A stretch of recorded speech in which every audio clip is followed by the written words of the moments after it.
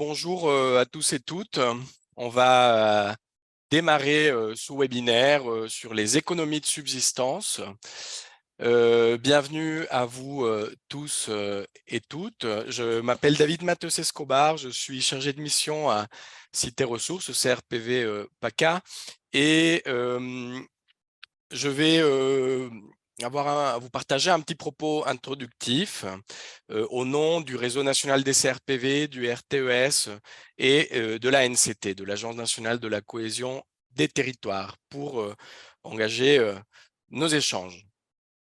Comme vous le savez, en mars 2019, le ministre chargé de la ville et du logement a saisi le Conseil national des villes, le CNV, pour, je cite, faire évoluer du non lucratif vers du lucratif les projets et les initiatives des habitants.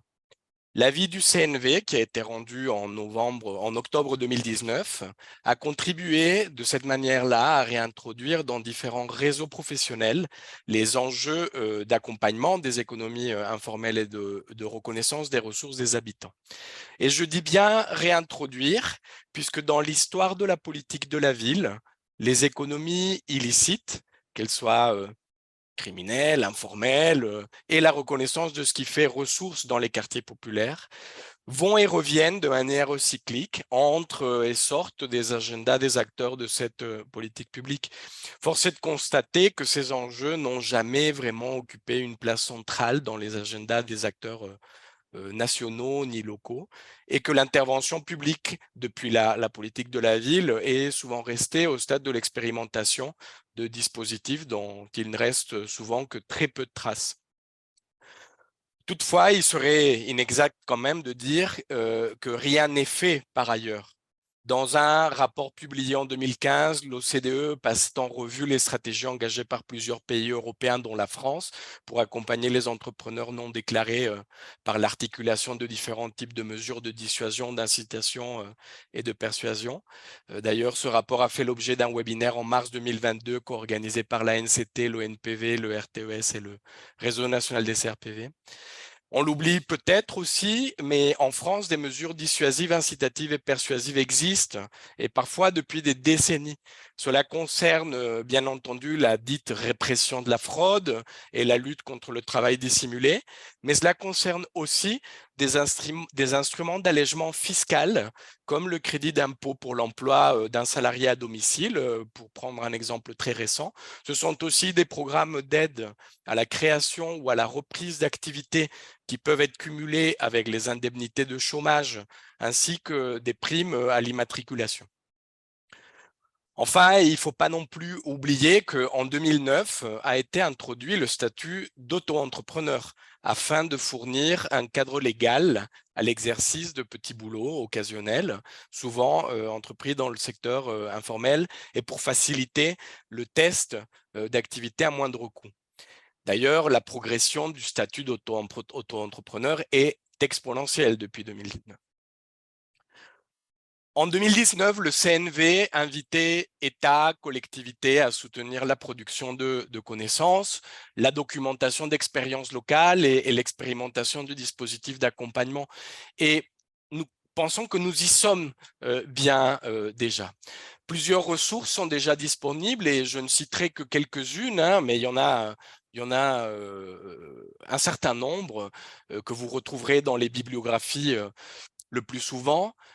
Dans son rapport 2020, l'Observatoire national de la politique de la ville a mis en avant le continuum formé par le travail formel et informel dans les quartiers populaires et a invité à changer de regard sur les ressources informelles mobilisées par les habitants.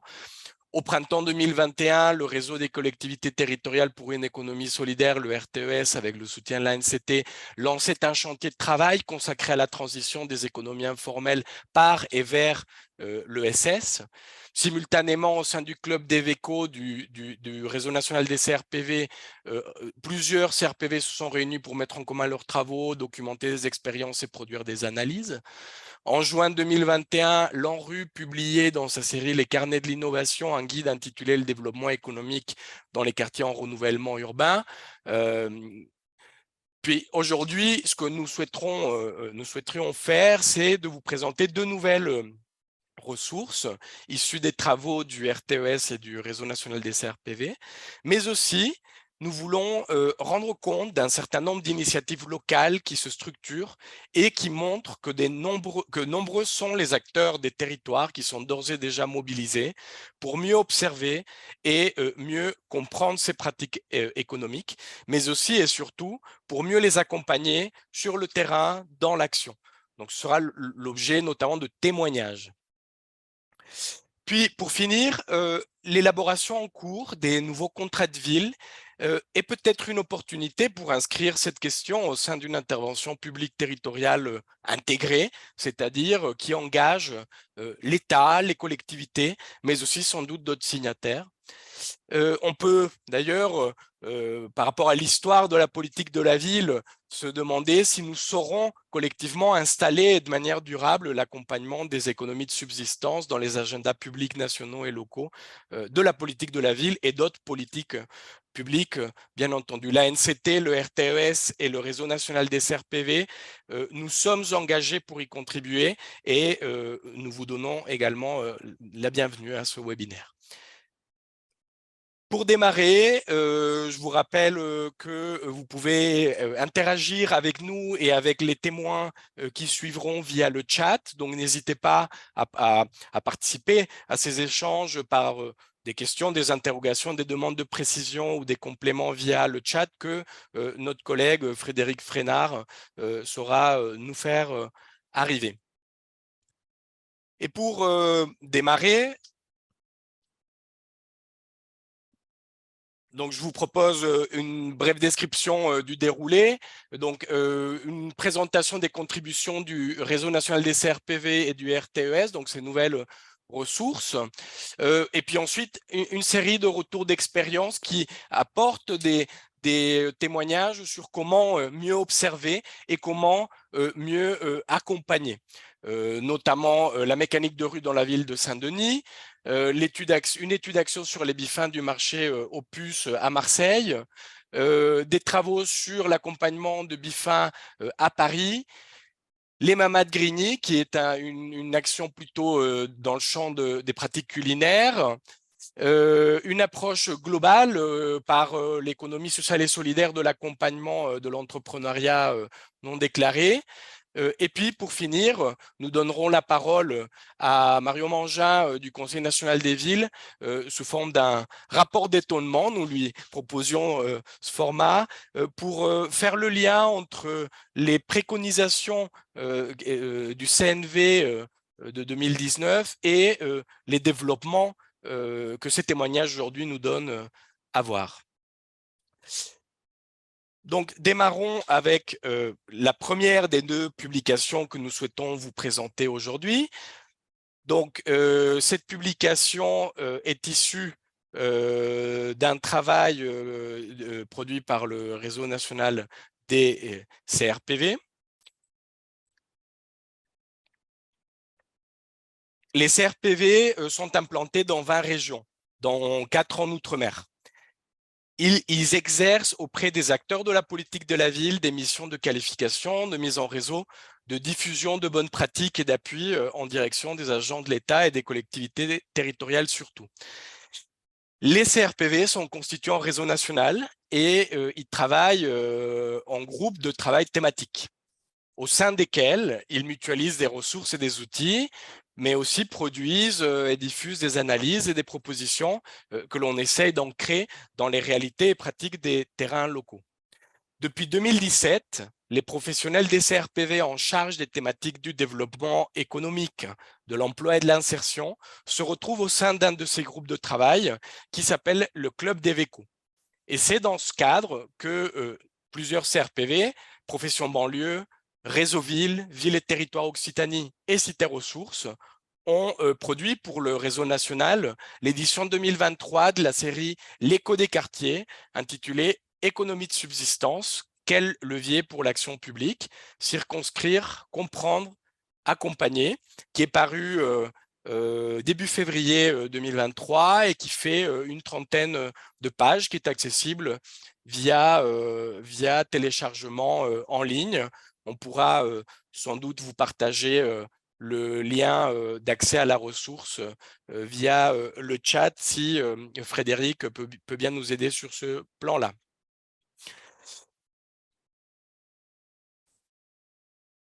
Alors, j'aurais voulu également rappeler que c'est une manière, cette publication est une manière pour le Réseau national des CRPV de renouveler son engagement auprès des acteurs publics dans leurs efforts pour informer et sensibiliser, pour observer localement des pratiques économiques non déclarées, pour accompagner l'échange d'expériences et la montée en compétences aussi, et pour accompagner les partenaires publics à situer leur action au bon niveau.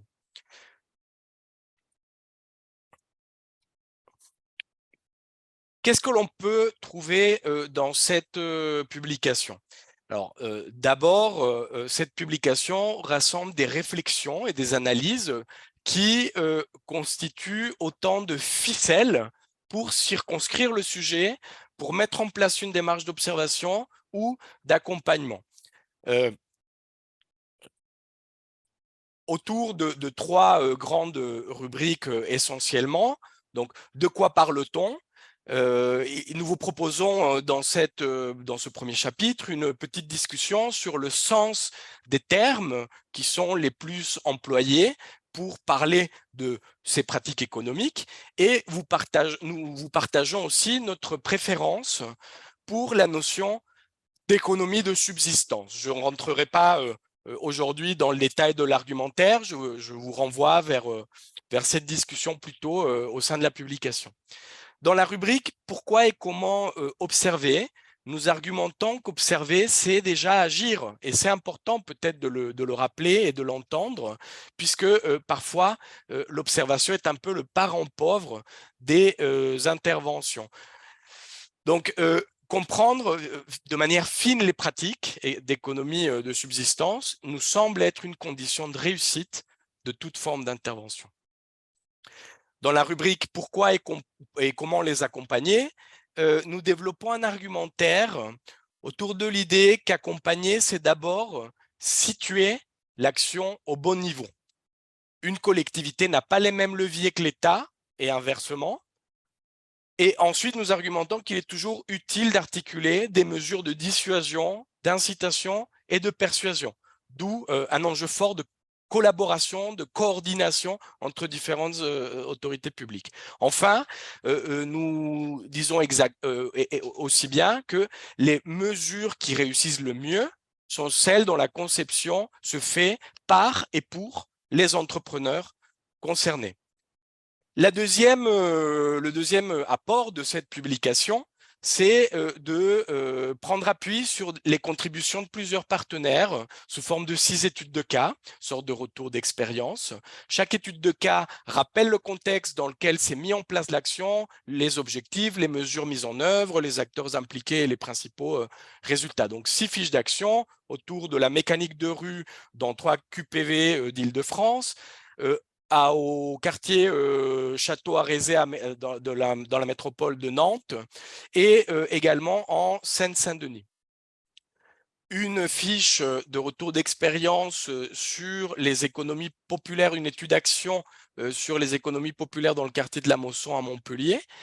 Un retour d'expérience aussi sur une cuisine collective à Saint-Denis, projet Tafé Mafé, et également un témoignage sur l'accompagnement de groupes de Biffin à Montreuil.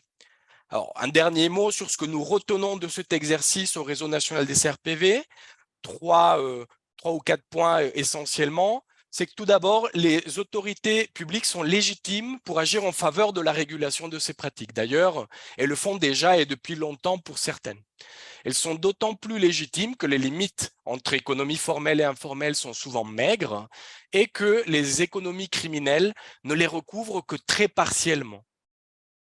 Toutefois, il sera nécessaire de poursuivre collectivement les efforts de sensibilisation, aussi bien des agents que des élus, pour promouvoir des travaux d'observation et la mobilisation d'instruments d'accompagnement. Et enfin, nous sommes convaincus qu'il est important que l'intervention publique dépasse l'horizon de la formalisation. La fiscalisation des entrepreneurs est un objectif parmi d'autres à poursuivre. Il sera aussi utile d'investir les efforts de réduction des nuisances et des conflits d'usage qui sont générés par certaines pratiques et également la sécurisation des parcours et l'amélioration des conditions de travail, la reconnaissance des savoir-faire et la montée en compétences des entrepreneurs impliqués. Voilà, de cette manière, je cède la parole à ma collègue Chloé Séché du RTES. Merci David, bonjour à toutes et à tous. Donc Chloé Séché, je suis déléguée générale adjointe du RTES, le réseau des collectivités territoriales pour une économie solidaire qui rassemble près de 200 collectivités territoriales de tous niveaux qui ont en commun de développer des politiques de soutien à l'économie sociale et solidaire.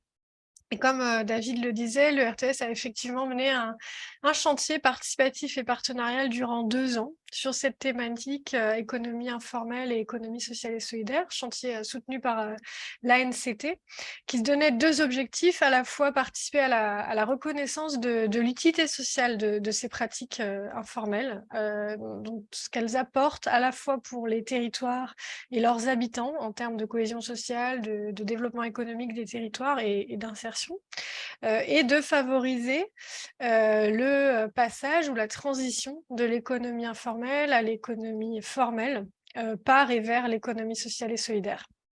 Et tout ça à partir de l'échange de bonnes pratiques et l'échange de pratiques de réflexion entre collectivités territoriales et toujours sous l'angle, c'est la clé d'entrée de travail du RTS, sous l'angle des leviers d'action des collectivités locales.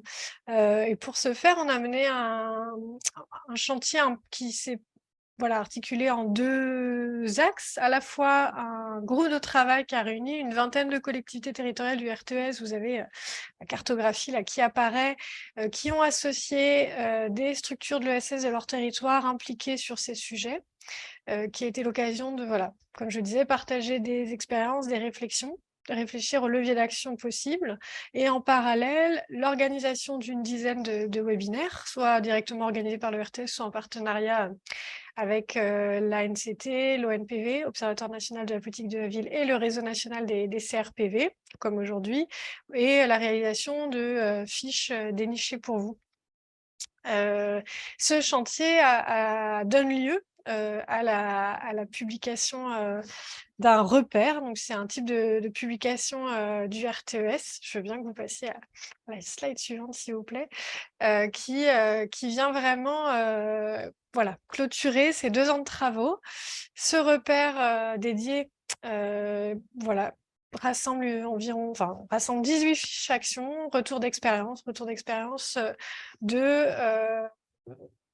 d'observation, retour d'expérience de recherche-action, retour d'expérience d'expérimentation de formalisation par et vers l'ESS, avec à chaque fois la clé d'entrée, le rôle des collectivités territoriales, un cadrage du sujet, pourquoi on parle d'économie informelle. Alors voilà, nous aussi, on a fait l'exercice des terminologies, de la pluralité des terminologies autour de l'économie informelle. On a choisi de retenir celle d'économie informelle, d'une part parce qu'elle nous semblait être celle qui prêtait le moins confusion. On a retenu finalement celle aussi proposée par le rapport du Conseil national des villes, et puis aussi parce qu'elle permet d'envisager la formalisation, et ce qui, du point de vue de l'action publique, est souvent, pas toujours bien sûr, mais souvent un objectif, des ressources pour les territoires et un focus international. Et puis, un répertoire des leviers d'action, des manières dont les collectivités territoriales peuvent agir pour accompagner ces pratiques informelles par et vers l'ESS. Vous avez ensuite un aperçu sur le sommaire de cette publication. Je ne vais pas le détailler ici. De toute façon, ce que je vous propose, puis d'ailleurs, c'est peut-être pas très visible, mais ça vous donne un aperçu des grands axes de cette publication. Vous verrez qu'on retrouve quand même assez proche finalement de celle du réseau national des CRPV, et puis les témoignages que nous aurons aujourd'hui l'illustreront aussi largement, aussi parce que ça correspond aux façons dont les acteurs, les réseaux, les collectivités agissent par rapport à cet enjeu des pratiques informelles. Et enfin, 10 leviers d'action en synthèse, que je vous présente dans la slide suivante, qui sont vraiment en grande synthèse et le levier d'action que nous avons repéré via l'échange avec les collectivités territoriales parties prenantes, dont les collectivités territoriales peuvent s'emparer. Oui. Dans un premier temps, nous souhaitions donner la parole à Christine Bellavoine, qui est qui est sociologue et chargée des études locales à la ville de Saint-Denis, pour nous faire part des travaux menés par la ville de Saint-Denis, notamment autour de la mécanique de rue et de la façon dont cette collectivité s'y est prise. Christine. Bien sûr. Oui, donc je vais essayer d'être assez concise, puisque la consigne est d'être assez resserrée dans le temps. Donc, je suis sociologue, effectivement, et dans le cadre d'un groupe de travail sur le développement social local qui s'est tenu à la mairie de Saint-Denis sur plusieurs années, nous avons, au sein de ce groupe, largement débattu de sujets complexes qui intéressaient beaucoup de collègues de différentes directions, beaucoup de partenaires, donc autour de projets, en gros, qui n'appartenaient à personne et qui posaient problème à tout le monde. Donc l'économie informelle faisait partie de ces problèmes, de ces questions. Concrètement, à Saint-Denis, c'est essentiellement donc la mécanique de rue, essentiellement de la vente de denrées alimentaires, des brochettes dans certains quartiers. Ce qui est important aussi de souligner, c'est que cette question fait d'autant plus problème et débat que concrètement, l'activité se situe dans des quartiers promus à une requalification urbaine ou à des transformations urbaines, quartier dans lequel cette activité, outre les gènes occasionnés par les fumées des brochettes ou par les huiles usagées des mécaniciens, ces activités sont aussi considérées comme symboliques de villes populaires, de quartiers populaires, dont on veut, avec les projets, transformer les images. Donc, je pense que c'est important de contextualiser aussi, voilà, quand parle-t-on de ces questions dans les territoires et dans quel contexte. Donc, effectivement, l'idée, c'est, comme vous l'avez dit en présentation de vos analyses, qu'il convient sur ces questions de poser des regards situés, de construire des connaissances contextualisées et idéalement avec l'ensemble des personnes intéressées par la question et en premier lieu les personnes qui travaillent. Donc, suite à, je vous passe tout le processus d'appropriation par pleine commune, la communauté d'agglomération sur cette question, à partir d'une grosse recherche-action sur le territoire de Stein. Effectivement, la ville de Saint-Denis s'est emparée de la question et au sein d'un quartier spécifique, Floréal-Saussé-Courtille, nous avons réuni l'ensemble des acteurs intéressés par la question pour construire avec eux une recherche menée par un sociologue qui travaille depuis longtemps sur ces questions-là, Abou Ndiaye, qui avait fait une grosse recherche-action à Stein, qui est bien maintenant reconnu sur ces questions. Et donc, nous avons fait une recherche-action en privilégiant, comme il a été indiqué également, tout le volet observation fine de l'activité, des nuisances, qu'est-ce qui est dit par les habitants de ces nuisances et quels partenaires du quartier sont intéressés sur cette question, notamment les policiers municipaux, mais aussi les collectifs habitants qui attendent des activités, etc. Donc, quels sont les principaux résultats de ce travail? En fait, ces résultats viennent renforcer ce qui est quand même maintenant un petit peu connu de toutes ces expériences d'activités informelles dans les quartiers populaires. Premièrement, ici, une activité fortement liée au parcours migratoire. Le métier de mécanicien souvent appris au pays. Des personnes pour la plupart en but à des problèmes de régularisation de leurs papiers, donc d'accès à l'emploi formel, et puis une activité fortement liée aux quartiers populaires eux-mêmes, donc avec l'existence de ménages modestes qui ont besoin de véhicules parfois anciens, pour accéder à des emplois assez éloignés et à des horaires parfois atypiques. Bref, lié aussi au quartier populaire par les espaces urbains possibles, soit en termes de friches, soit en termes de parking dans les quartiers d'habitat social. Du point de vue des professionnels, j'ai envie de dire nécessairement compétents, car ils travaillent sur leur seule réputation. Ils travaillent en complémentarité et non en concurrence avec les garages traditionnels. Et enfin, du point de vue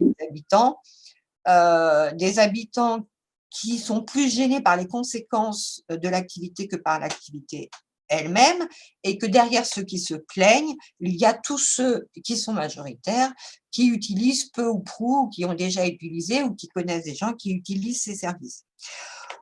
Donc, voilà, somme toute, une étude qui n'a pas révélé grand-chose, mais qui a construit en fait une connaissance commune et surtout qui a permis d'acculturer l'ensemble des participants à cette recherche-action, à cette approche de l'économie informelle, non plus comme une activité à réprimer, à expulser, à éradiquer, mais bien à une activité qui rend des services et qui est une activité populaire dans le sens où elle est proche donc des quartiers et des milieux populaires et de subsistance parce qu'elle permet donc à des travailleurs et à leurs familles de subvenir à leurs besoins. Alors, pour terminer, on m'a demandé les principaux leviers et freins. Bon, je vous propose plutôt de conclure sous forme de tension plutôt que de freins et leviers. Première tension, me semble-t-il, un écart important entre l'échelle du quartier, des gens qui travaillent, habitants, qui vivent, même les policiers municipaux qui sont parfois gênés d'expulser quelqu'un qu'ils finissent par connaître, dont ils savent le besoin de travailler et la compétence. Donc, des écarts entre cette échelle du quartier et puis les échelles plus décisionnaires, où là, on va parler d'activités à éradiquer, on va parler aussi d'amélioration de la sécurité, donc où on va englober les situations et se départir de la finesse des observations très locales, parce qu'on répond aussi à des exigences de communication politique, d'efficacité de l'action publique, etc. On pourra y revenir. Une tension, me semble-t-il aussi, entre cette exigence de plus en plus dans les administrations, entre l'innovation attendue, l'expérimentation, et puis les capacités réelles de les mettre en œuvre, avec, en tout cas sur le territoire de Saint-Denis, il me semble avoir observé une diminution des postes, des rôles et du temps de travail de collègues vraiment immergés dans les quartiers et qui sont en charge de faire émerger des projets bottom-up et des projets de DSL en partant des problèmes. Et puis une tension peut-être sur la difficulté en fait de promouvoir des processus donc d'empowerment des mécaniciens, des habitants, de tout le monde, et puis je vais très vite, hein, vous m'en excuserez, des logiques mode projet où il faut, pour sécuriser quand même la prise de décision, et réellement la budgétisation de projets qui sont quand même conséquents, il faut qu'on ait quand même des résultats attendus, etc. Donc aujourd'hui, on essaye de sortir de ces tensions. On a des opportunités, notamment le programme Enrue Plus, qui propose à l'EPT Pleine Commune de consolider à l'échelle de plusieurs villes donc, et de l'EPT un projet un projet avec des multiples sous-projets par ville, mais un projet cohérent, coordonné autour de la mobilité et des garages solidaires.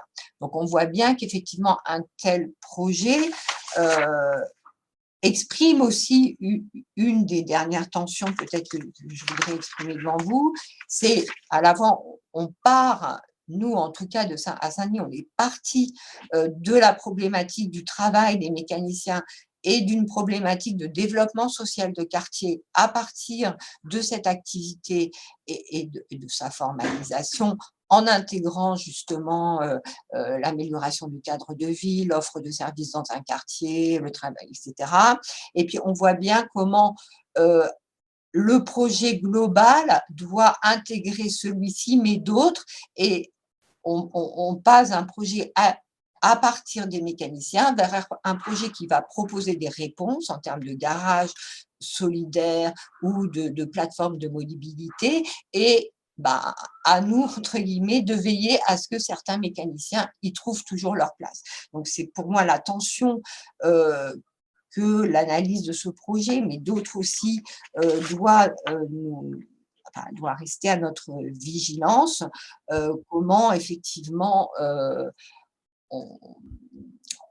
on est bien toujours dans cet accompagnement de la formalisation d'activités pour le mieux-être des quartiers populaires, de ceux qui y vivent et de ceux qui y travaillent, de manière formelle ou pas, et de ne pas oublier ça dans les solutions nécessairement ajustées à d'autres objectifs pour avancer en fin de compte. Et pour moi, les travaux que vous menez, à la fois le réseau des acteurs politiques de la ville, le RTES, mais aussi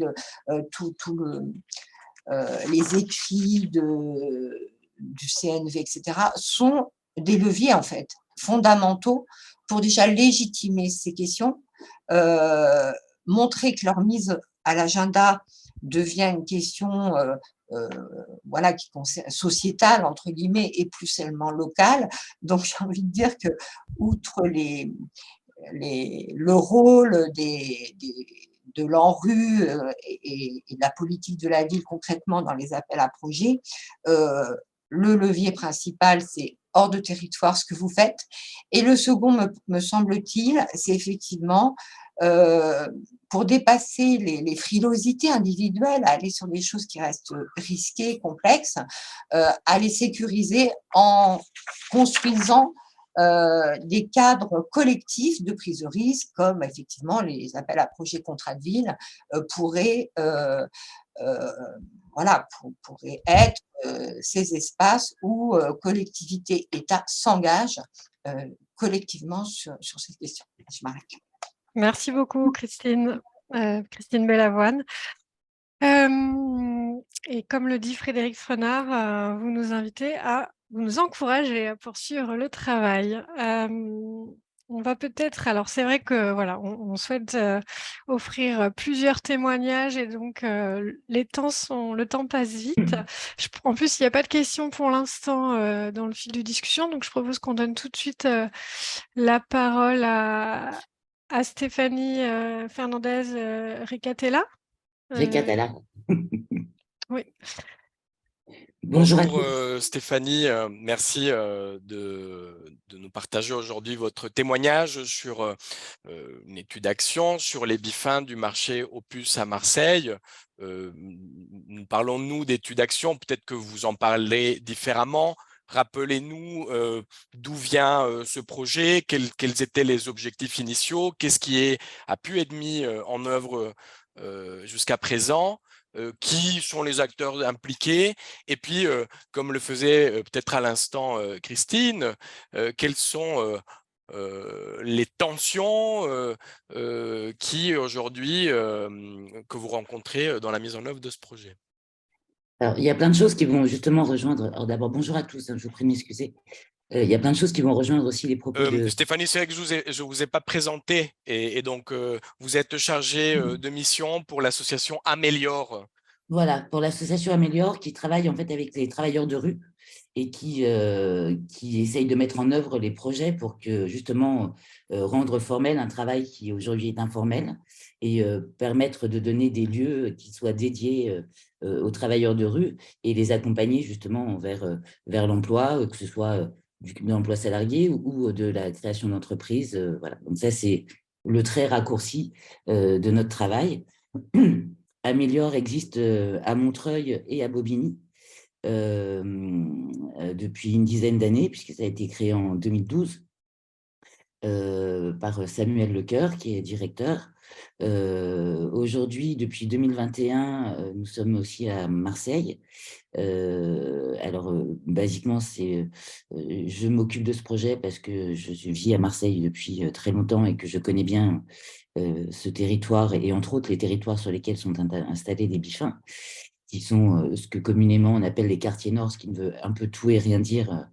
Voilà, après il y a la fantasmagorie des quartiers nord, mais c'est comme dire le 93 pour y être né, je sais que ça ne veut rien dire. Voilà. Aujourd'hui, on est au-delà de l'étude d'action. Ça, c'est ce qu'on a fait déjà pendant plus d'un an. Déjà, déterminer qui sont les bifins, donc les vendeurs de rue, qui sont présents à Marseille, entre autres dans un quartier très particulier qui s'appelle le quartier Capitaine Gèze, qui est un quartier qui est en restructuration urbaine. Et qui est en fait des bifins sont installés près des puces qui sont les puces donc légales comme on pourrait dire les puces de Saint-Ouen ou comme il y avait les puces de Montreuil qui ont déjà fermé je crois. Voilà, donc les bifins forcément s'installent à côté parce que chacun bénéficie de la clientèle de l'autre. Il n'y a pas d'animosité ni entre les puciers ni entre les bifins. Au contraire, puisque chacun ça ramène sa propre clientèle. Aujourd'hui, on a dénombré plus de 1000 bifins qui viennent exercer dans ce quartier-là. Alors, ils ne sont pas forcément 1000 en même temps. Le lundi, il n'y a personne, hein, c'est off pour tout le monde. Le mardi, il va y avoir 200 personnes qui sont là en permanence, mais ça peut être des permutations. Le mercredi, jeudi, ils montent à 400. Et vendredi, samedi, dimanche, on a 800 personnes qui sont là en permanence. Pour nous, le principe aujourd'hui, et on travaille avec la mairie centrale, avec la mairie de secteur, avec la métropole, avec la préfecture, voilà, qui sont des appuis forts pour créer un lieu qui a déjà été décidé, où il y aurait la place pour créer un marché qui sera un marché fermé, organisé, géré avec les bifins. Il y a aussi des entrepôts qui permettent à l'association, nous, notre manière de vivre, c'est de faire du recyclage, de la ressourcerie, du tri, et on travaille avec des industries pour tout ce qui qui banalement, souvent par la déchetterie, peut être recyclé et voilà, certains tissus qui vous semblent n'être plus bons à rien, par tirer à la poubelle, en fait, certaines industries font du papier avec. Voilà. Donc, il y a plein de choses en fait, qui peuvent être recyclées, qui évitent d'un point de vue écologique aussi l'incinération. Donc, c'est un projet qui est vraiment transversal, c'est-à-dire que c'est un projet qui est social, économique, écologique, voilà, et qui est pour l'accès des droits à tous. Aujourd'hui, on a 450 bifins qui sont adhérents de l'association Améliore Marseille. Concrètement, je suis un peu toute seule hein, sur le projet à Marseille, à part quelques bifins qui viennent m'aider de temps en temps. Voilà, je gère tout. Aujourd'hui, on a un site qui appartient à la ville de Marseille. Enfin, on a un site. Un site est décidé. Tout avance. Il y a eu des blocages réguliers qui sont des blocages politiques. d'un ou une élue et qui ne trouve pas pertinent d'installer un marché des bifins dans ce quartier-là, puisque la restructuration du quartier est plutôt faite pour que la population change et que ça ne fait pas très, très propre d'avoir des bifins. Là, le dernier frein qu'on vient de nous mettre alors qu'on devait signer la convention, c'est justement ce mélange entre vendeurs de rue et délinquance. On est dans un quartier où il y a une vraie délinquance. Les vendeurs de cigarettes sont un truc qui, enfin, de mon sens, minime par rapport aux vendeurs de médicaments qui vendent pas du paracétamol, hein, plutôt du tramadol, du Xanax, voilà, enfin, que des choses qui servent pour les addictions. Et on a des vendeurs de crack. Ces gens-là étaient armés de couteaux ces derniers mois. Aujourd'hui, on en est au pistolet. Et, voilà. Donc, nous, notre problématique, elle est effectivement extrêmement large. C'est permettre aux gens de travailler dans des conditions dignes, puisque les bifins, c'est extrêmement large. Hein. Le plus jeune a 17 ans, le plus vieux en a 83. Il y a des jeunes sans diplôme, sans qualification et qui ont pas ou peu d'accès à l'emploi. Il y a des travailleurs pauvres, il y a des familles monoparentales, il y a des gens qui sont en invalidité et qui leur pension est trop juste, donc ils font de la bif pour compléter. Il y a des gens qui sont à la retraite et qui, pareil, ont des retraites qui sont trop petites. Et il y a des bifins qui sont bifins de génération en génération. On a des gens qui ont également des cabis, c'est-à-dire qu'on n'a pas que des gens qui sont dans l'informel, mais à Marseille, il y a un gros problème de place sur les marchés. Puisqu'il y a des marchés qui ont été refaits et là où il y avait 250 places, on en a créé 120, donc forcément on laisse des gens sur le carreau. Donc voilà, donc tous ces gens-là se mélangent et travaillent dans l'insécurité avec des interventions policières très très régulières qui leur enlèvent leurs marchandises en considérant comme c'est de l'occasion ou de la fripe que c'est du déchet, donc ils mettent tout à la benne. Et en même temps, ils vivent dans l'insécurité des délinquants qui se faufilent au milieu de ce marché pour se cacher de la police. Voilà, donc c'est une situation qui est complexe et la mise en sécurité des bifins, elle est vraiment sur plein de plans. Elle est sur le plan économique, mais elle est aussi sur le plan physique. Voilà, et nous, notre parti pris, parce qu'il en faut toujours un dans un projet, même si on travaille de manière transversale sur plein de questions, c'est qu'il faut commencer par le travail, c'est-à-dire que tant que les gens n'ont pas de travail, donc pas de revenus, il n'y a pas d'accès au logement, c'est compliqué, pas de logement, compliqué pour la scolarisation des enfants parce que pas d'adresse, accès aux soins, accès aux droits pour tous, voilà, donc, mais notre parti pris, c'est de partir du travail et de leur donner l'accès justement au travail et faire un accompagnement social et sur tous ces points-là, mais en priorité sur comment ils rendent légal leur pratique. Voilà. Voilà, j'ai fait un peu court, j'essaie parce que j'avais peur de trop déborder. Non, merci beaucoup Stéphanie. Dans tous les cas, vous entendre, on se dit que parmi tous les éléments que vous avez évoqués, notamment celui de comment dire, de l'évolution un peu en parallèle d'économie de subsistance et d'économie criminelle. Moi, j'ai l'intuition que l'opportunité qu'il y aurait à consolider un marché des bifins pourrait permettre de mieux distinguer ces deux formes de pratiques économiques.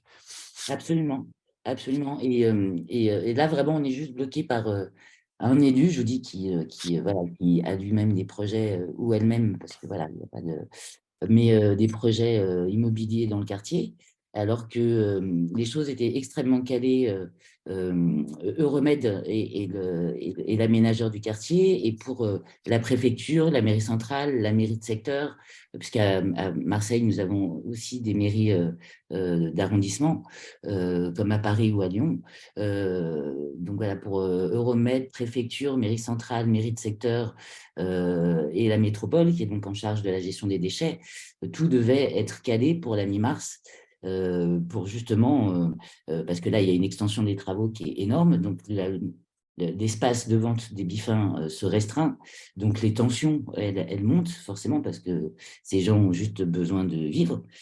Concrètement, ce sont des travailleurs, et qu'il y a même une tension du coup entre les ouvriers qui font les travaux et les bifins, c'est-à-dire qu'on est dans des tensions entre gens qui devraient se soutenir parce qu'ils sont tous les deux des travailleurs, et qui voilà, il y a les bifins vivent comme une injustice les travaux. Et c'est aussi extrêmement compliqué, pardon, pour les riverains qui subissent bien sûr ce marché, bien sûr l'insécurité de la délinquance. Voilà, parce que ce serait angélique hein, de penser qu'il n'y a pas qu'il n'y a pas de délinquance, et aussi les nuisances de travaux qui sont énormes, puisqu'on est parti sur 4 ans de très très gros travaux sur ce quartier. Vous décrivez une frilosité de la part d'une élue de secteur, comme si le renouvellement urbain du quartier dans lequel se trouve Capitaine Gèze n'était pas compatible avec la poursuite des pratiques des bifins, parmi d'autres.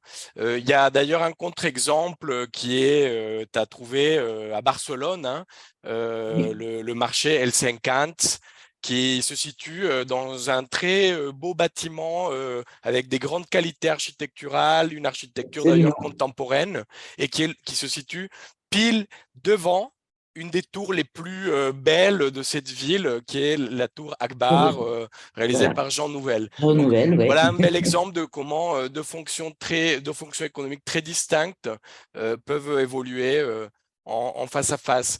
Oui, Stéphanie, sur le chat, Marianne Koch de l'ANRU posait une question, et elle vous demande si vous avez connaissance à Améliore de territoires dans lesquels il y aurait des projets urbains, qu'ils soient en rue ou pas, qui auraient pris correctement cette dimension en compte. alors non.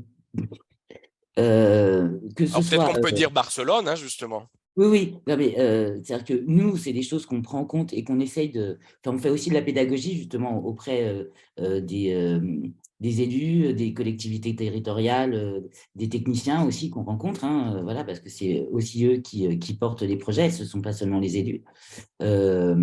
Et on leur apporte ces exemples-là, mais y compris en région parisienne. Saint-Ouen s'est développé et boboisé parce qu'il y a les puces à Saint-Ouen.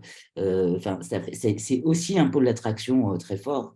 Je pense que c'est une grosse erreur d'avoir supprimé les puces de Montreuil, parce que Montreuil, ça fait aussi... je vais dire un mot horrible, ça fait partie du folklore de cette ville.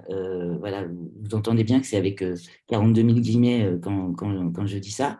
Mais il y a eu boboisation et gentrification de certaines villes, justement, et de certains quartiers, justement parce qu'il y a ces puces, parce que ça devient extrêmement mode, parce que, voilà.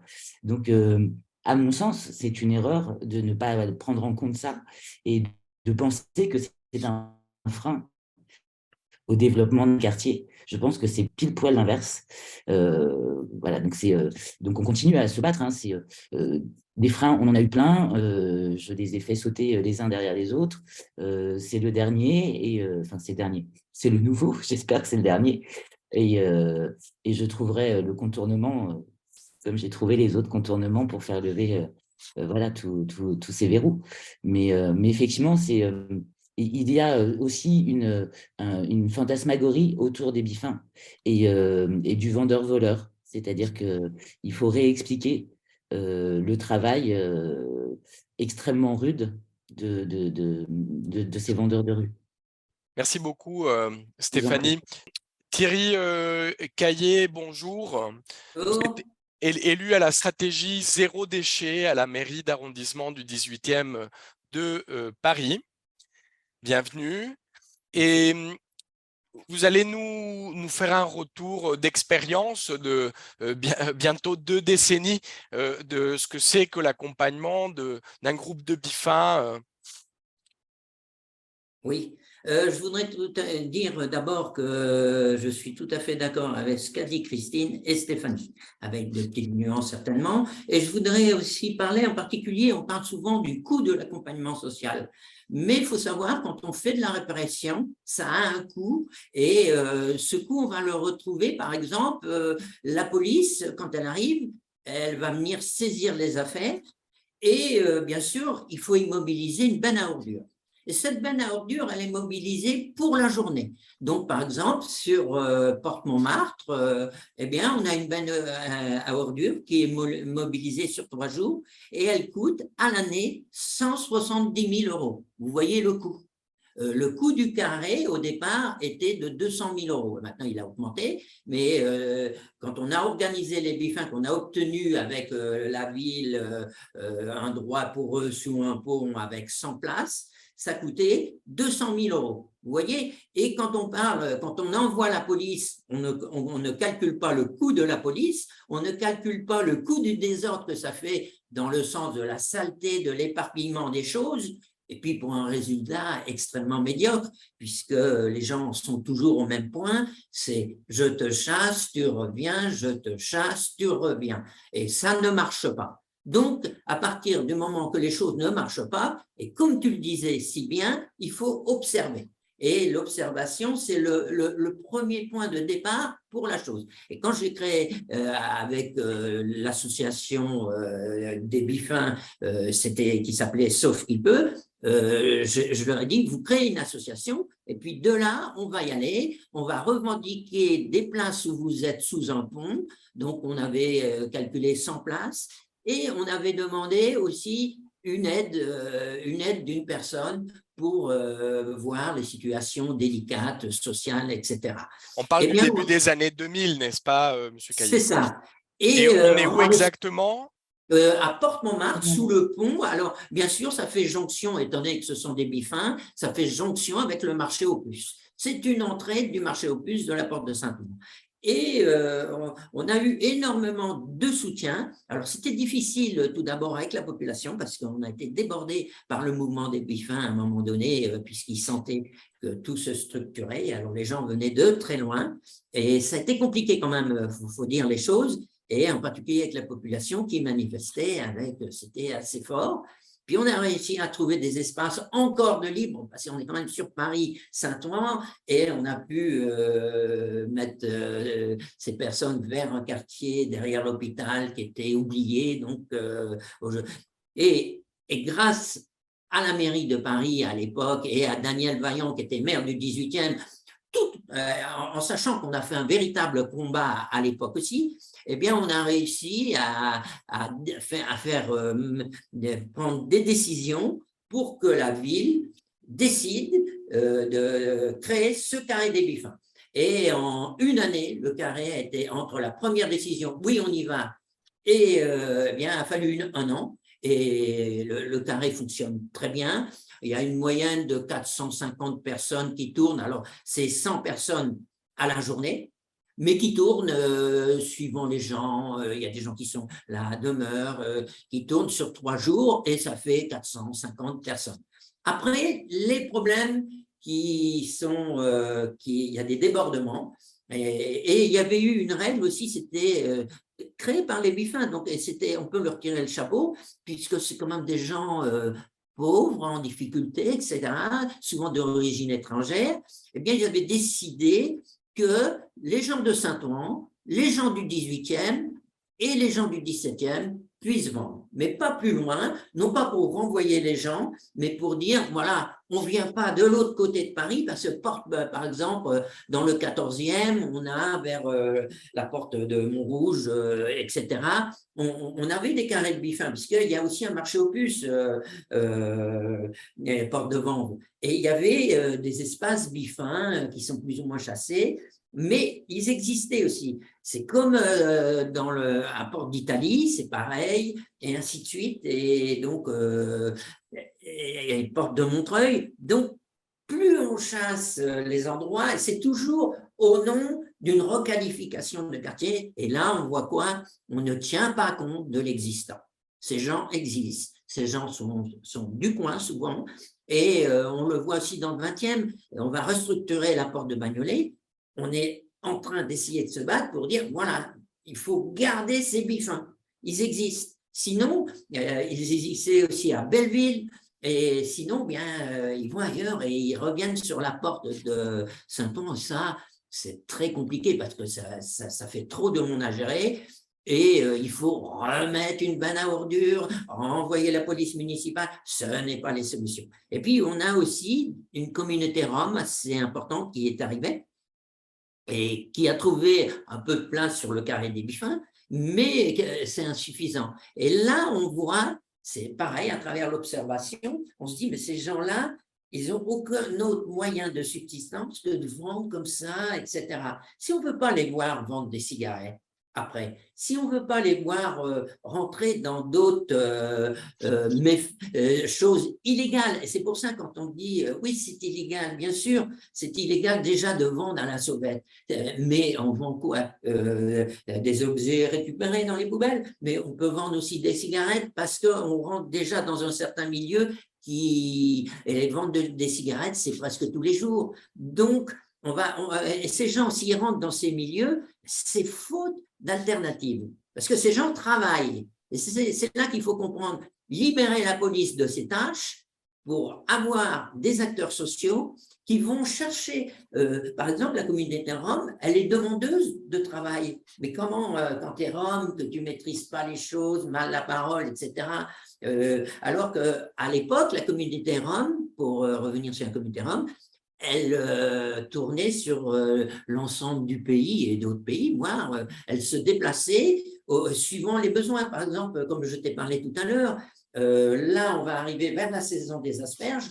En France, régulièrement, à la saison des asperges, eh bien, il y a des producteurs qui manquent de main-d'œuvre, donc les asperges restent à pourrir dans les champs. Il y a quand même un problème. Et on peut le parler pour différents fruits, légumes, alors que la France est déjà déficitaire en production de ceci. Et puis, pour différents d'autres travaux, il y a un besoin, mais on ne sait pas les organiser. Donc, ça veut dire qu'il faut que les élus, l'État, etc., voire les associations, arrivent à organiser avec différents… donc, à savoir où sont les besoins. Donc ça, c'est les élus, ça peut être des maires, etc., qui doivent refaire monter les besoins et il faudrait des vraies structures auprès des Roms, etc., pour dire, ben voilà, on a des besoins, on a des gens ici qui attendent parce que franchement, une famille de Roms, de jeunes qui ont des enfants, qu'est-ce que c'est que d'être bifin pour eux? Là, ce n'est pas suffisant pour gagner sa vie. Ça ne peut pas aller. C'est plus un complément, ça devient un travail.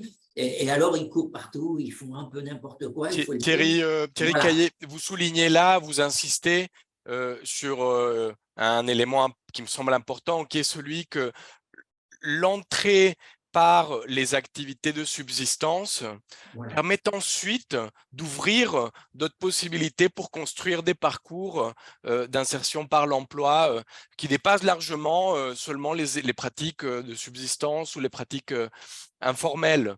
D'où ça rejoint le commentaire de Stéphanie Fernandez un peu avant, à savoir qu'il y a intérêt à avoir une approche globale lorsque l'on souhaite accompagner ces pratiques-là. Thierry, merci pour votre témoignage. Nous allons poursuivre à présent avec Mathieu Morosini, Jonathan Stebik sur le projet Les Mamas de Grigny. Bonjour à tous, donc Mathieu Morosini de la ville de Grigny, je suis directeur de l'habitat au sein de la ville de Grigny. Je vais assez rapidement vous présenter peut-être plutôt le contexte de la ville de Grigny et de l'action qui a été mise en œuvre en lien avec la ville de Grigny et l'association du GRDR, pour laisser ensuite la parole à mon collègue du GRDR qui va vous présenter plus en détail l'organisation de l'action mise en œuvre avec les Mamas de Grigny. Juste pour préciser, la ville de Grigny, c'est un territoire qui se situe en Essonne, en Île-de-France. à environ 40 minutes de Paris par le RER D. On se retrouve dans pas mal d'éléments qui ont été précisés par les collègues des territoires précédemment sur les constats qui sont faits, que ça soit Marseille ou Saint-Denis ou le 18e. Mais néanmoins, quand même, nous, le phénomène de l'économie informelle, des vendeurs à la sauvette, des mécaniciens sauvages, il n'a pas toujours été présent sur le territoire. On n'est pas en petite couronne de Paris, on est plutôt en grande couronne, on est quand même assez excentré. Et c'est vrai qu'on a vu ce phénomène se développer. Il n'était pas présent depuis le début, en tout cas, et prendre de l'ampleur assez rapidement. Et donc, c'est vrai que ce n'est pas des sujets pour lesquels on était très à même de gérer en interne au sein de la ville. Et donc, assez rapidement, en fait, on a fait appel justement à cette ONG qu'est le GRDR pour nous soutenir sur l'action des Mamas de Grigny. Grigny, grosso modo, c'est une ville qui est souvent présentée comme un des territoires les plus pauvres de France, avec une population en difficulté, avec pas mal de difficultés sociales. Au sein du territoire, on a deux grands ensembles immobiliers qui sont des quartiers prioritaires, un quartier de logement social, qui est le quartier de la Grande Borne, et un quartier de logement privé, qui est la copropriété de Grigny 2, qui regroupe 5 000 logements, 17 000 habitants. Donc c'est une ville dans la ville, parce que pour le coup, Grigny, c'est un peu moins de 28 000 habitants. Et donc, on a la gare RER qui dessert directement cette copropriété privée de Grigny 2, qui permet la sortie des habitants et des riverains directement au sein de la copropriété. Et donc, on a une forme d'organisation qui s'est développée aux abords de cette gare, de phénomènes de vente à la sauvette, avec une structuration plutôt bien organisée. On a tout un parvis gare qui est contrôlé par la SNCF et donc qui est absolument nickel, où il n'y a jamais personne qui exerce une quelconque activité. Et puis, dès qu'on sort du parvis-gare et dès qu'on arrive sur l'espace public, on a ces phénomènes de vente de nourriture dans un premier temps. Puis, quand on monte un peu plus haut, on a le phénomène de vente de cigarettes. Et quand on monte encore un peu plus haut, on a tout un centre commercial avec un énorme parking à l'abandon, qui fait aussi partie de cette copropriété de Grigny 2, où on retrouve aussi un phénomène de mécaniciens sauvages. Donc, fort de ce constat, en fait, on a été interpellé dans un premier temps plutôt par les habitants. C'est les habitants qui se sont souvent plaints de ces phénomènes aux abords de la gare, avec souvent des problèmes de transit et de passage. Avec une forme de paradoxe où si les gens sont là, c'est qu'il y a également énormément de gens qui consomment en fait les services qui sont proposés, notamment la nourriture. Et donc on s'est rendu compte en fait qu'il y avait un vrai clivage et des vraies tensions qui émanaient autour de ces activités en périphérie immédiate de la copropriété. La copropriété, c'est un territoire sur lequel nous, pouvoir public, on intervient beaucoup. C'est une copropriété dégradée qui fait l'objet d'une opération d'hors code, donc avec une intervention des pouvoirs publics assez importante. Donc, il y a tout un tas de réunions publiques, de concertations publiques qui permettent d'associer les habitants.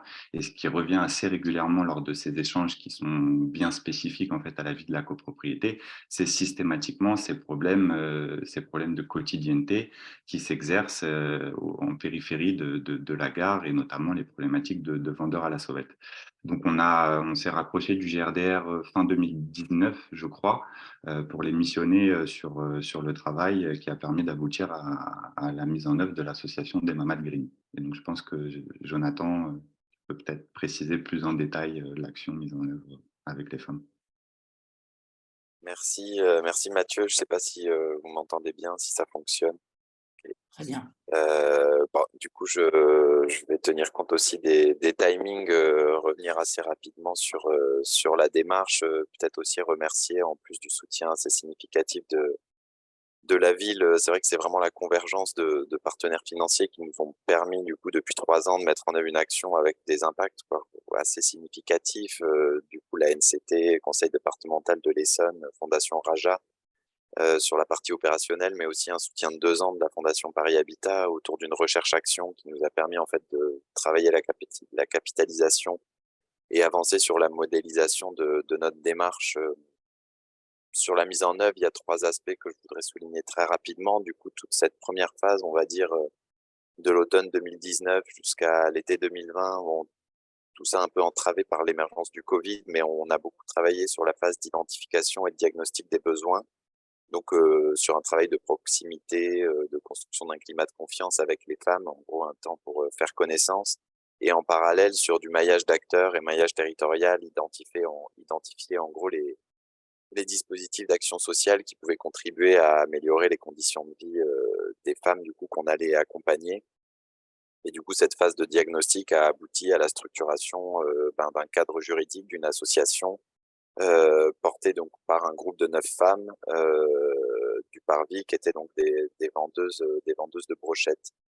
Donc l'association voilà, a été constituée au bout d'un an après le démarrage de la phase de diagnostic. Sur les leviers et freins, c'est vrai que nous, sur la démarche mise en œuvre, on a pu identifier ce qu'on appelle un peu des conditionnalités de réussite. Donc, je voudrais peut-être insister sur cette dimension-là. Et la première, et qui me semble être vraiment la prioritaire, la principale quand on traite des questions d'économie informelle, c'est la question du client. Et c'est vrai qu'on a trouvé une bonne combinaison et collaboration avec la ville de Grigny, puisque quand on accompagne du coup des personnes qui ont comme solution de subsistance une activité marchande, tout le temps qu'on va leur prendre pour proposer un accompagnement quel qu'il soit, ça va générer un manque à gagner. Donc on a considéré que pour être en mesure d'être écouté et de construire vraiment un accompagnement sur le temps long, il était nécessaire immédiatement d'amener de l'argent, en gros, de développer le chiffre d'affaires et de développer l'activité. Donc la ville en gros a joué le jeu et a passé la plupart des commandes directement aux femmes du Parvis. Et donc pour permettre ça, donc il y avait 2 autres conditions, celle de disposer d'un lieu de production ou au moins d'un lieu de rencontre, donc type un laboratoire quoi, qui permet de cuisiner. On a pu trouver cette solution dans l'épicerie sociale à Grigny. Et ensuite la problématique d'un outil de facturation, parce que vu qu'on a démarré immédiatement avec la réalisation de prestations culinaires et qu'il n'y avait pas d'association Les Mamas de Grigny constituée, on est passé par une association intermédiaire qui s'appelle l'association Réveil, qui en gros facturait la ville et ensuite reversait l'argent aux femmes du Parvis. En plus, du coup, il y aurait 2 autres conditions qui me paraissent importantes à relever pour la réussite d'un tel modèle. Il y a celle du temps. C'est vrai que du coup, on évoquait l'automne 2019 comme démarrage de l'action, donc ça veut dire qu'on est là-bas depuis 3 ans. Et je pense que c'est une condition pour assurer une certaine viabilité du modèle économique, stabiliser aussi le cadre juridique dans lequel on met en œuvre l'accompagnement, travailler sur de la professionnalisation, des formations du coup sur les normes d'hygiène, de sécurité pour l'exercice de métier de restauration, mais aussi surtout l'accompagnement social et l'identification et la levée des freins périphériques. Et la dernière condition qui me paraît importante, c'est celle donc du maillage partenarial et de la mise en réseau sur le territoire.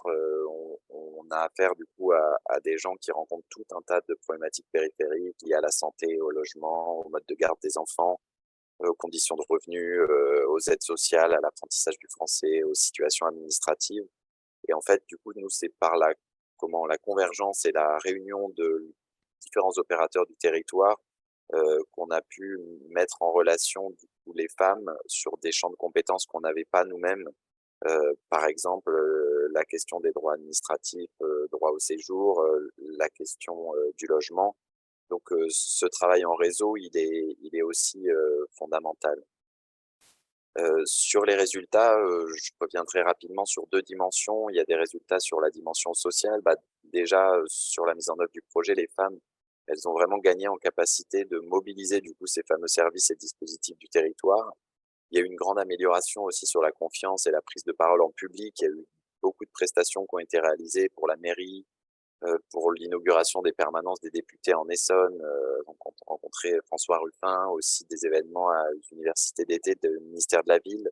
Elles ont rencontré la ministre. Donc vraiment des cadres où il y avait une meilleure confiance ensuite en elles.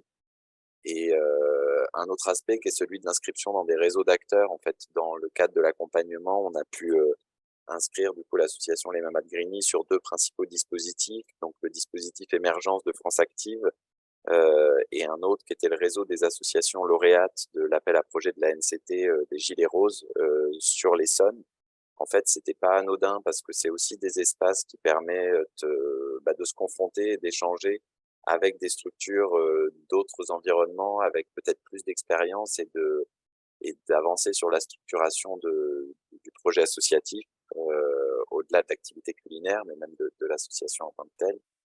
Et ensuite, en termes de dignité, c'est vrai que si on est schématique et caricatural, on est quand même passé d'une situation où il y avait des invisibles qui étaient pourchassés par la police, au bout de 2 ans, à être des interlocuteurs de pouvoir public dans le cadre de prestations avec des dimensions de prestige. Donc, en termes d'estime de soi, c'est des impacts qui sont pas anodins.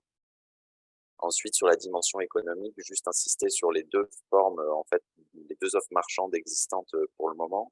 Donc, en fait, on a stabilisé la viabilité économique du modèle avec un traiteur solidaire, avec le soutien de la ville. Donc, en fait, il y avait eu ce constat pendant la pandémie que les ménages en situation de précarité n'avaient pas de quoi cuisiner chez eux.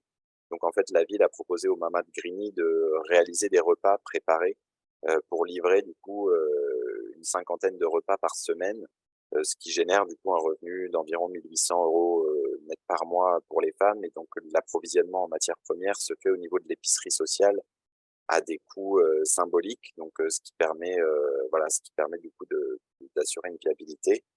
Un autre aspect, du coup, c'est la partie plutôt prestation qui s'est beaucoup développée sur l'année 2022. On va dire qu'on tournait à peu près à 3 prestations par mois, donc pour différents événements de Grand Paris Sud, ministère de la Ville, Fête de l'Humanité. En gros, aujourd'hui, sur l'année 2022, il y a eu à peu près 4 800 € par femme qui ont été générés. En gros, 43 000 € de chiffre d'affaires sur l'année. Donc, on est conscient que c'est pas quelque chose qui permet du coup aux personnes d'avoir de quoi vivre individuellement, mais ça stabilise en tout cas le modèle. Il y avait un dernier aspect sur lequel je voulais insister, qui serait un peu des priorités pour avancer sur de l'accompagnement des économies informelles ou économies de subsistance.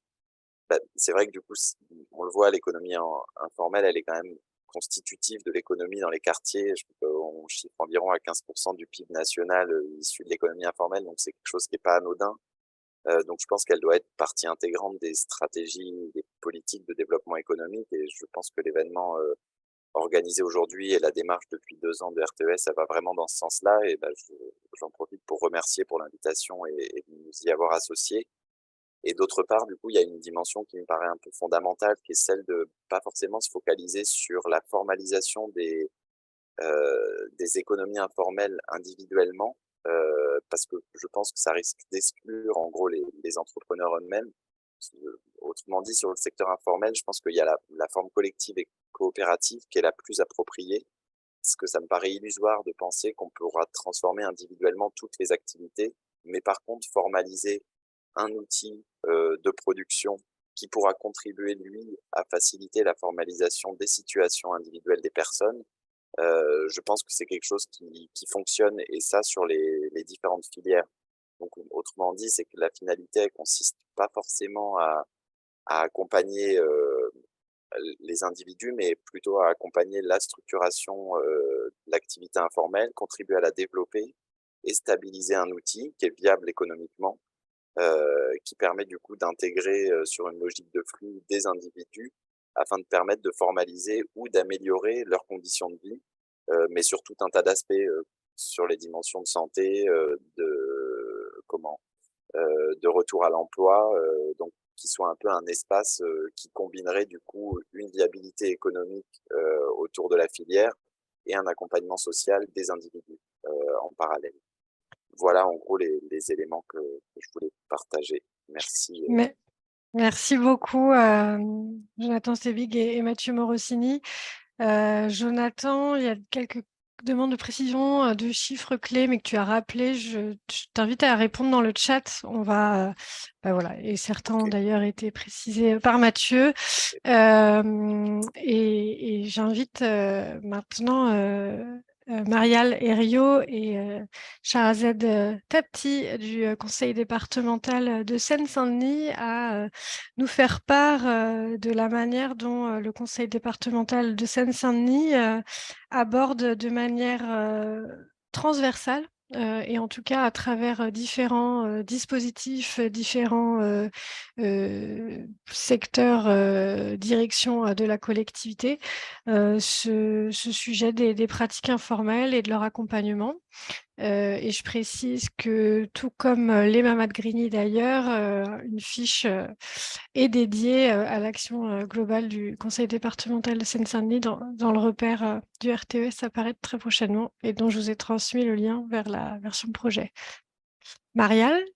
Oui, bonjour à tous. Marial Herriot, je suis chef du service des économies nouvelles et solidaires au département de la Seine-Saint-Denis. Merci à Chloé pour cette introduction. Alors, avant de laisser la parole à ma collaboratrice Shahrazad Tapti, qui est chef de projet entrepreneuriat inclusion et qui pourra nous donner des illustrations concrètes de soutien à des projets, je voudrais dire un mot sur la vision du département de la Seine-Saint-Denis qui est un peu en cours d'évolution, ou plutôt comment sur ce sujet des économies de subsistance, des activités génératrices de revenus dans les quartiers, on essaie de plus en plus d'adopter une approche globale par l'ESS.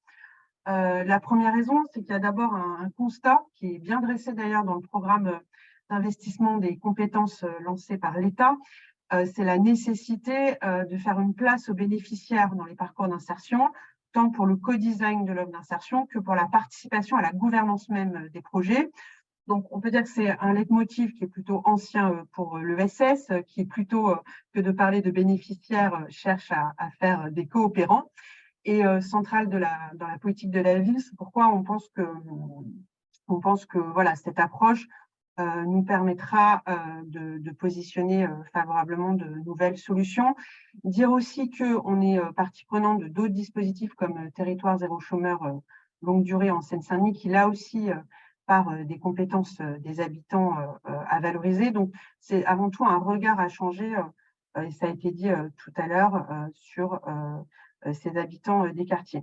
Ensuite, pour nous, pour le département, faire une place aux bénéficiaires, ça implique clairement de mieux appréhender les économies de subsistance et réfléchir aux modalités par lesquelles on associe les habitants pour faire émerger ces projets coopératifs. Et là, c'est vrai que même si on ne part pas de rien, parce qu'on l'a vu, il y a des projets, il y a une culture ESS dans les territoires, on a quand même aujourd'hui, en termes de politique publique, des dispositifs qui sont très cloisonnés entre, on pourrait dire, la remobilisation d'un côté, le lien social, l'emploi direct, l'entrepreneuriat, autant de dispositifs qui sont parfois conçus comme des parcours complètement séparés. Donc, si on veut promouvoir des logiques de développement intégrées qui s'appuient sur la remobilisation, la valorisation des compétences et la création d'activités génératrices de revenus, il faut qu'on en revienne même à la conception et à les façons dont on parle, la gouvernance même de ces parcours, en prenant en compte le fait que ces habitants dans les quartiers, ils sont sur du multi-activité. Et aujourd'hui, c'est quelque chose qui n'est pas assez pris en considération dans les cadres de l'action publique. Un exemple en Seine-Saint-Denis sur l'articulation possible entre des projets personnels de création d'entreprise liés à des marchés porteurs sur le transport de personnes et l'entrepreneuriat collectif. Le cas des VTC, on a beaucoup de projets de création de VTC en Seine-Saint-Denis. Donc le département, donc on a un appel à projet accompagnement renforcé vers l'entrepreneuriat où on accompagne 600 personnes par an sur la création d'entreprises. Et depuis l'année dernière, on a pris des parts sociales, donc je crois la seule collectivité, enfin oui, on l'est, des parts sociales dans une coopérative de VTC chauffeurs en Seine-Saint-Denis qui est composée de coopérants, de chauffeurs qui, tout en souhaitant rester entrepreneurs, souhaitent avoir d'autres modes de débouchés économiques sur des marchés B2B comme alternative, on peut dire, à l'ubérisation totale. Donc là, l'action du département, ça va être de les accompagner auprès des grands acteurs économiques du territoire et de leur permettre aussi d'avoir accès à la commande publique. Je ne veux pas être trop long, donc dire simplement que en Seine-Saint-Denis, on a un taux de création d'entreprise qui est le plus dynamique d'entreprise et que pour une partie du public qui est concerné par l'entrepreneuriat, on aimerait promouvoir tout de même des modes d'organisation qui les sécurisent économiquement. À ce titre-là, on s'interroge beaucoup sur la place du département, quelle peut être sa doctrine d'intervention sur les projets en matière de politique de la ville, puisque comme vous le savez, on est chef de file des départements sur l'insertion, mais on n'a pas de compétences en matière de politique de la ville à proprement parler. D'abord dire qu'on a identifié une nécessité qui a été bien rappelée pendant le séminaire de la politique de la ville organisé par RTES, qui est d'abord une coopération plus étroite à l'échelle des EPT entre les services politiques de la ville et ESS. La deuxième chose, c'est que nous, en tout cas en Seine-Saint-Denis, on va essayer de mettre en place un groupe de travail avec les collectivités partenaires pour mieux travailler justement sur cette doctrine d'intervention. Il nous semble important que les futurs contrats de ville soient orientés autour du soutien au développement économique des associations au profit d'une nouvelle génération de projets, notamment également dans le cadre de la rénovation urbaine. Donc, on est un peu en fin d'intervention, donc il y a des choses qui ont déjà été rappelées tout à l'heure. Et on s'interroge aussi sur les facteurs de réussite, notamment la nécessité qu'il y ait un travail en termes d'intelligence économique. Ça a été rappelé, cette dimension économique par Jonathan du GRDR tout à l'heure. On partage complètement cela. Et on pense qu'il faudrait également pouvoir associer la région qui soutient largement aujourd'hui les dispositifs d'accompagnement à l'entrepreneuriat. Voilà pour cette petite introduction côté département de la Seine-Saint-Denis. Je laisse la parole à ma collègue Sherazade Tapti pour vous présenter des illustrations concrètes et poursuivre l'analyse autour des besoins du public en Seine-Saint-Denis. Bonjour à toutes et à tous. Je suis donc la collègue de Marielle Herriot-Dramé au département de la Seine-Saint-Denis. Et effectivement, le département soutient la création d'emplois déjà dans l'économie sociale et solidaire en partant des compétences des habitants à travers ce qu'on appelle un projet Agir en Seine-Saint-Denis. Il s'agit majoritairement de structures associatives qui peuvent par la suite évoluer vers des structures d'insertion par l'activité économique, comme par exemple le TAF et MAFé, dont on a parlé, et qui vise à accompagner des femmes qui ont une activité quotidienne de restauration informelle dans les quartiers politiques de la ville. En matière d'accompagnement vers l'officialisation de petites activités informelles, souvent génératrices de revenus complémentaires, nous soutenons des dispositifs comme Tremplin, qui est porté par l'Association pour le droit à l'initiative économique. Et ce dispositif vise à identifier et à accompagner les personnes dites invisibles. Ces activités échappent à la régulation de l'État et à la comptabilité nationale, et le risque encouru pour ces personnes éloignées des circuits économiques classiques est à la fois social, financier, judiciaire et humain. Et pourtant, ces activités révèlent un potentiel de compétences et de savoir-faire qui ont besoin d'être accompagnés, soutenus et valorisés. Un autre exemple de projet valorisant les compétences des habitants et qu'on soutient et qu'on a d'abord lancé via une étude d'action sur le territoire, c'est la boutique en Seine à Épinay-sur-Seine. En réalité, il s'agit d'une boutique école qui est mise à la disposition des femmes qui n'ont pas formalisé une activité et qui souhaiteraient tester leur projet et la vente de leurs produits. Ce qui est intéressant dans ce projet, c'est l'articulation entre les acteurs avec des enjeux qui convergent, l'insertion professionnelle d'un côté, la revitalisation d'un quartier de l'autre. Et il y a une preuve de concept, il y a une envie de la part d'autres communes qui nous ont sollicité pour développer ce type de dispositif. Mais pourtant, il n'y a pas de passage à l'action, ce qui rend l'essaimage difficile. Ce qui est également intéressant sur ce dispositif de boutique école, c'est l'effet d'apprentissage en immersion et en mode collectif. L'objectif n'est pas l'entrepreneuriat collectif, puisque chacune des personnes vient avec ses propres produits, mais à l'instar d'une coopérative éphémère, elle participe au chiffre d'affaires de la boutique ensemble. Et ça, c'est assez intéressant. Cela étant dit, il faut pouvoir s'interroger sur le souhait de ces personnes à vouloir nécessairement accéder à un emploi salarié à temps plein. Et on en revient à ce que disait Madame Herriot tout à l'heure, c'était la place du bénéficiaire dans les dispositifs et la question de la multi-activité. Le GRDR a réalisé une étude en ce sens sur l'articulation du temps de vie personnel et professionnel, et qui est très intéressante en ce sens qu'elle interpelle sur la meilleure prise en compte de ces articulations de temps de vie. une partie des publics, pour des questions de trajectoire de vie, s'inscrit dans une organisation avec des multi-activités. Et par exemple, nous, on le voit sur l'accompagnement qu'on propose aux allocataires du RSA qui ont déjà créé une activité, qui sont déjà travailleurs indépendants. Nombreux sont ceux qui ne parviennent pas à une autonomie financière suffisante pour sortir durablement du RSA. Et pour en tenir compte, nous proposons en ce sens un accompagnement à la consolidation de l'activité, mais aussi à l'accompagnement à la multi-activité, notamment pour les personnes qui ne souhaitent pas faire le deuil de leur projet, mais qui ont tout de même besoin de compléter leurs revenus avec un emploi complémentaire.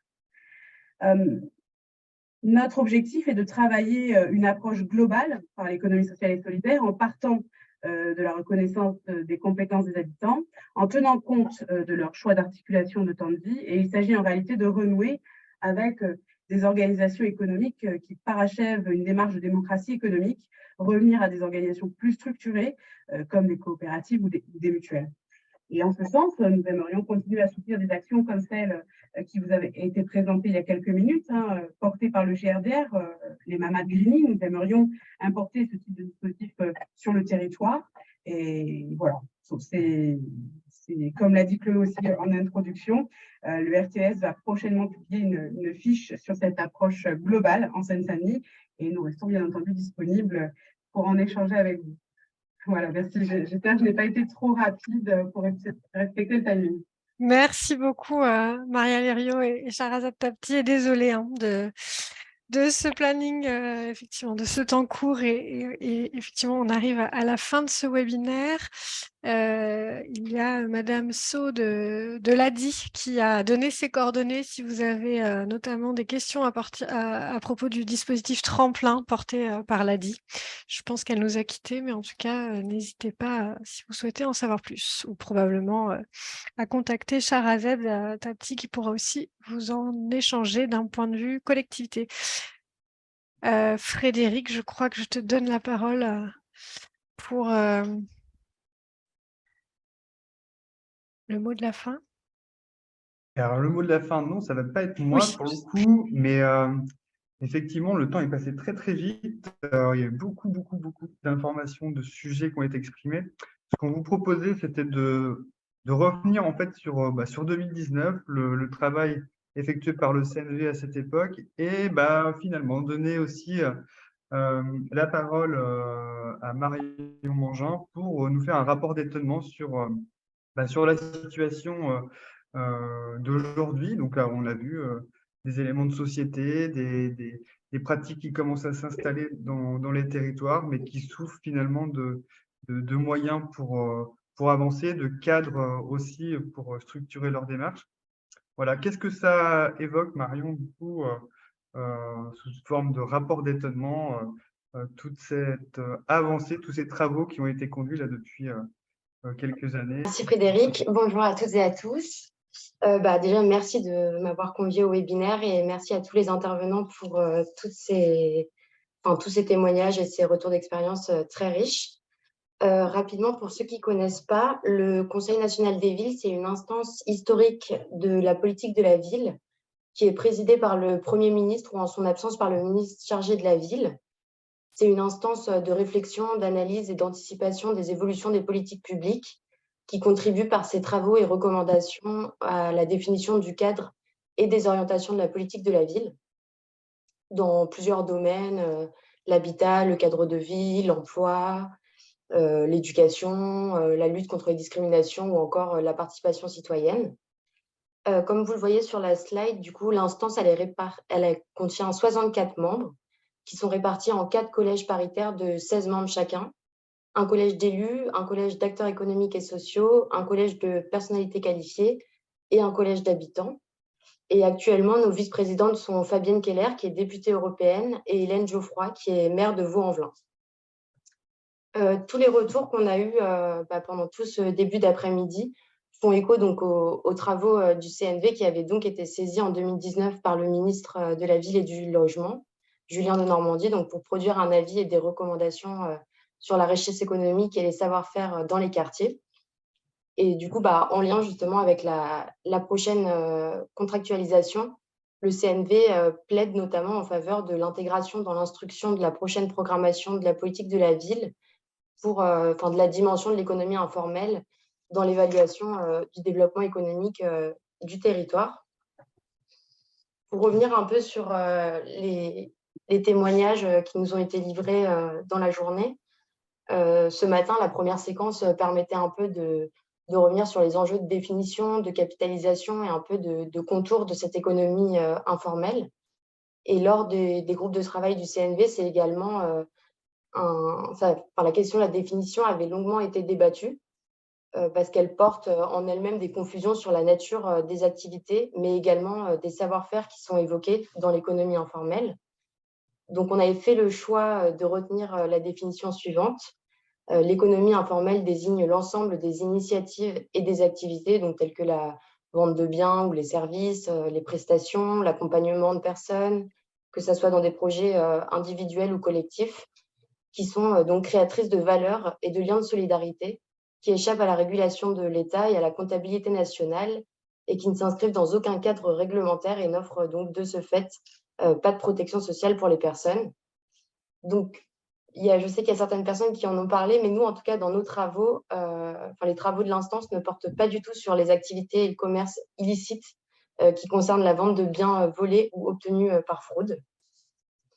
Et par contre, on a vu à travers tous les différents témoignages qui nous ont été livrés que c'est un concept qui recouvre vraiment des réalités qui sont sociales et économiques et très diverses. Mais quand même, on peut retrouver plusieurs dénominateurs communs dans ce qui nous a été présenté, mais plus largement également. Tout d'abord, on voit que c'est une économie quand même qui est née de besoins qui sont peu ou mal pris en compte par le marché ou par l'État, et qui finalement laisse une place assez importante à la prise d'initiative, qu'elle soit collective ou individuelle, des acteurs locaux, mais notamment des habitants et également finalement des collectifs d'habitants qui sont très présents dans le cadre de l'économie informelle. C'est également une économie qui permet d'exercer des activités, de développer des savoir-faire et de favoriser l'innovation en marge des codes réglementaires, administratifs et académiques qui régissent aujourd'hui le marché plus traditionnel et plus formel, on va dire. Et enfin, je trouve que ça s'est quand même ressenti un peu aussi à travers les témoignages qu'on a eus. On voit que donc, ces habitants qui s'organisent pour répondre à ces besoins qui sont donc peu ou mal couverts, ils créent finalement des modèles économiques qui sont innovants et qui reposent vraiment sur des valeurs et des pratiques de solidarité entre les populations. Et donc, c'est des activités qui sont rendues finalement possibles grâce à des expertises croisées citoyennes et qui font apparaître de nombreuses externalités positives sur les territoires et dans les quartiers. On a eu ensuite des témoignages qui cherchaient plutôt à mettre en valeur justement des pratiques d'économie de subsistance. Et dans ces travaux, le CNV avait notamment fait le constat que dans ce pan économique, là où se développent ces activités, bien sûr, c'est une activité qui est présente dans les quartiers et qui concerne une diversité de secteurs économiques. Mais on voit également que donc, c'est une économie qui est absente des flux de la comptabilité nationale. Et pour le CNV, en fait, ignorer ce pan économique, ça reviendrait finalement à nier une forme d'organisation à la fois sociétale et sociale. Donc, pour nous, il est vraiment essentiel de pouvoir réaliser encore davantage de diagnostics pour permettre vraiment un chiffrage géoréférencé de toutes ces initiatives, de toutes ces actions, pour permettre vraiment d'objectiver encore plus ce phénomène et donc de pouvoir permettre par la suite au pouvoir public peut-être de s'emparer plus facilement ou plus largement de ces enjeux. À cet effet, du coup, le CNV avait notamment recommandé de mobiliser l'ONPV, pour les quartiers en tout cas, pour identifier et mesurer des indicateurs d'activité et de richesse économique créés, ainsi que les emplois présents dans les quartiers. Donc, comme le disait David, cette recommandation a notamment donné lieu à la thématique du rapport 2022 de l'ONPV qui portait sur les vulnérabilités et les ressources. Mais au-delà de ces données qui sont nationales et comptables et qui, bien sûr, sont essentielles pour la connaissance de toutes et tous, l'instance considère que c'est un sujet qui mérite encore plus une démarche innovante qui s'inspirerait des diversités des territoires, des besoins des habitants, de leurs initiatives, mais aussi des méthodes et des expertises de tous les acteurs qui sont présents sur les territoires et qui accompagnent ces démarches. Et c'est pour ça qu'on recommandait également de réaliser donc un diagnostic de territoire en vue d'expérimenter sur 10 territoires volontaires pour une durée de 3 ans et avec des moyens financiers dédiés à leur mise en œuvre. Et du coup, on a été très contents de suivre l'expérimentation qui a été menée par le RTES en lien avec les CRPV et la NCT. Et dans les derniers temps, c'était plutôt tourné du coup sur comment accompagner ces entrepreneurs. Et dans ces travaux, le CNV s'est également interrogé sur ces segments de population qui sont concernés. Et il est apparu pour nous que tout le monde ne porte pas l'envie finalement de sortir de cette économie et que finalement, avoir un cadre d'accompagnement qui permet de passer d'une économie informelle vers une économie plus formalisée dans une certaine légalité administrative, on va dire, en fait, ça ne peut pas concerner tout le monde. Ça peut concerner uniquement les personnes qui en portent l'envie dans des parcours individuels, personnels ou professionnels. Du coup, je voulais porter à votre connaissance 3 autres recommandations qui ont été formulées par l'instance. La première, donc, de porter une attention particulière sur une plus grande tolérance et une facilitation administrative pour l'usage des espaces publics, dès lors que ces activités, finalement, ne gênent pas les autres personnes. Une deuxième sur le fait d'être attentif au soutien financier et logistique apporté aux réseaux et acteurs professionnels de proximité qui impulsent des démarches innovantes de repérage des initiatives, donc comme on l'a pu le voir avec les témoignages d'aujourd'hui. Et enfin, de faciliter et soutenir la création dans le cadre d'une expérimentation dans des territoires volontaires, d'incubateurs d'économie solidaire ou de coopératives d'activité et d'emploi solidaire. Et notamment, on voit dans le cadre du témoignage qui nous a été livré sur les mamas de Grigny que vraiment le GRDR a joué un rôle essentiel finalement pour accompagner toute la formalisation et l'accompagnement de ces femmes aussi pour une certaine émancipation, prise de confiance en elles. Voilà. Et peut-être, du coup, pour conclure, le CND rappelait dans ses travaux que finalement, reconnaître ses compétences, ses savoir-faire et ses savoir-être qui sont issus des pratiques et des activités donc non formelles, ça doit permettre de valoriser des publics qui sont aujourd'hui éloignés des dispositifs publics d'accompagnement. Et chacun doit pouvoir disposer d'une réussite individuelle qui prenne la forme donc soit d'un projet d'entrepreneuriat, comme on a pu le voir à travers les témoignages, mais pour le CNV, c'est également important de rappeler que c'est aussi finalement une formalisation qui peut déboucher sur des emplois salariés, tout simplement. Et pour cela, il est nécessaire qu'on puisse collectivement adapter nos méthodes et les outils qu'on développe aux besoins des quartiers et de leurs habitants, tout en laissant une place pour permettre finalement à ces activités issues de l'économie informelle de pouvoir coexister tout simplement avec l'économie formalisée et de coexister ensemble. Et donc l'économie informelle, elle peut être appréhendée comme un espace vraiment d'émancipation, mais également comme un espace en capacité de créer vraiment du lien social entre les habitants d'un territoire. Et peut-être, juste pour conclure, on voit bien donc que la dimension de l'économie informelle aujourd'hui, ou de l'économie populaire, selon les termes qu'on emploie, c'est une économie qui est donc de plus en plus présente dans nos discussions. On voit que de plus en plus d'acteurs s'en emparent. Et peut-être, et notamment aujourd'hui, en voyant toutes ces collectivités qui témoignent de tout ce qu'elles font pour accompagner le développement et l'accompagnement de cette économie. Et peut-être que pour le CNV, en tout cas pour nous, l'intérêt demain, ça serait également de faire en sorte que les différents profils entre eux, des vécos, politique de la ville, logement, puissent finalement se parler, croiser un peu tous nos regards pour améliorer notre connaissance sur cette économie et finalement pouvoir la porter auprès des élus des territoires et du plus grand nombre, ainsi qu'au niveau de l'État national. Voilà. Merci beaucoup, Marion. Je ne sais pas si on peut rajouter quelque chose. Si vous, les collègues, vous voulez aussi rajouter des choses. Moi, ce que j'ai aussi entendu dans les échanges et sur lequel j'aimerais aussi insister, c'est le rapprochement des écosystèmes finalement. Effectivement, Marion, tu l'as indiqué, politique de la ville, logement, d'Eveco, mais c'est aussi sur les façons de travailler. On a parlé beaucoup d'empowerment, de processus d'empowerment, comment on appréhende davantage les territoires sur des logiques de projet. Je trouve que ça, c'est quelque chose qui manque encore un petit peu ou qu'on a laissé filer finalement. Et peut-être que si on pouvait euh, réorienter la politique de la ville sur ces modes de faire, on y gagnerait beaucoup. Et on permettrait d'avoir aussi plus de temps pour faire ce travail de dentelle à l'échelle des quartiers. Je ne dis pas que tout ça a été totalement oublié, mais en tout cas, c'est des enjeux propres qu'on perçoit, nous, au niveau national.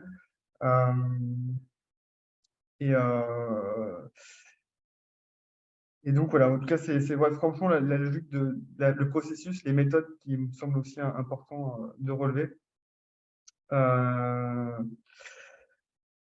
Effectivement, la question de la convergence entre les partenaires nationaux elle va être aussi importante à poser parce que on l'a vu avec les témoignages, derrière, pour observer et accompagner, il faut des moyens. Et si on pouvait avoir des cadres collectifs au niveau national, ça permettrait d'avancer plus sereinement. La dimension d'Eveco, qui est un peu aussi, qui est un peu plus ténue aussi en cette fin en 2023, je pense, par rapport à ce qu'on avait pu avoir dès 2014 avec la loi de 2014, mais peut-être à réaffirmer en tout cas et à réintroduire de nouveaux sujets, en tout cas comme ceux des économies de subsistance, pardon. Voilà, en tout cas, plein de pistes hyper intéressantes. Mais on l'avait aussi souligné entre nous, entre partenaires, il y a un gros enjeu au niveau national d'agir en fait sur les réglementations et sur des cadres d'exception pour ces économies, pour pouvoir aller plus en avant sur l'appui à ces organisations. Voilà, c'est pas une conclusion, c'est juste des regards, des remarques en tout cas complémentaires. Merci Fred, et je propose justement à Sylvie Bouvier de la NCT de prendre la suite pour un petit mot de clôture. Oui, merci David. Moi, j'ai entendu plein de choses qui sont très riches et qui nous alimentent et qui me paraissent entrer très directement en fait dans des logiques actuelles, notamment autour de la réforme de la politique de la ville. Donc, merci au CNV de demander à ce que l'économie informelle soit intégrée dans les orientations des contrats de ville. Et évidemment, merci aussi à Madame Bellavoine qui parle de construire des cadres collectifs et des prises de risques collectives. Et effectivement, si on peut arriver, et je pense que c'est tout à fait entendable aujourd'hui, à faire à la fois entrer la question des économies informelles dans le volet développement économique et accompagnement vers l'emploi, parce que je pense qu'il faut avoir les deux valences. On est bien aussi sur de l'accompagnement de personnes vers des activités économiques. Si on peut faire rentrer cette question-là dans la prochaine génération des contrats de ville, on sera monté d'un cran. Et je pense qu'avec tous les travaux, et merci vraiment au RTES et au réseau national des CRPV d'avoir pu à la fois travailler et puis formaliser par ces livrables qui arrivent juste au très bon moment pour nous, je pense, au niveau national. Je pense qu'il y a un environnement tout à fait propice pour, en tout cas, intégrer, faire valoir l'importance de l'économie informelle. Après, à savoir comment on va l'appeler, est-ce qu'il s'agit d'une économie populaire, informelle, de subsistance? On verra comment ça se traduit, mais en tout cas, je pense que ça peut être porté nationalement. Ensuite, ce qu'il y avait à dire aussi, moi, ce qui me tient à cœur et ce que j'entends beaucoup et tout ce qui a été dit, notamment sur les BIFIN, merci à tous parce qu'on allait vraiment dans le concret. Il y a des questions de représentation, de préjugés sur ces activités-là, de représentation négative et sur lesquelles il faut absolument pouvoir travailler parce qu'on ne s'en sortira pas si on ne fait pas évoluer la manière dont tout le monde regarde ces activités-là sur les territoires. Et donc, il y a peut-être des outils de sensibilisation ou des choses très simples, ou même des temps de formation ou de sensibilisation très concrètes à envisager, à imaginer, et je pense que nous, on peut tout à fait porter ça au niveau national sans difficulté. Et ensuite, évidemment, bah, tu l'as évoqué, merci Frédéric, toute la question des freins. On a énormément de freins, même réglementaires, sur lesquels on a à travailler, qui pourraient évoluer. Ça, c'est un autre type de travail qui peut être évidemment mené au niveau national. Donc, on pourrait envisager de monter un groupe de travail national autour de ces questions-là. Je ne sais pas s'il serait porté par l'ANCT en tant que tel ou par une direction d'administration centrale ou par un autre levier possible, mais c'est sûr qu'il y a aujourd'hui des choses à travailler autour de ces questions-là. Donc voilà, moi, c'est ça que j'avais à vous dire là, sortir de ce webinaire que j'ai trouvé vraiment très, très, très intéressant et qui arrive à point nommé, je pense, par rapport à toutes nos démarches sur notamment la réforme des contrats de ville. Merci beaucoup Sylvie pour ce mot de clôture.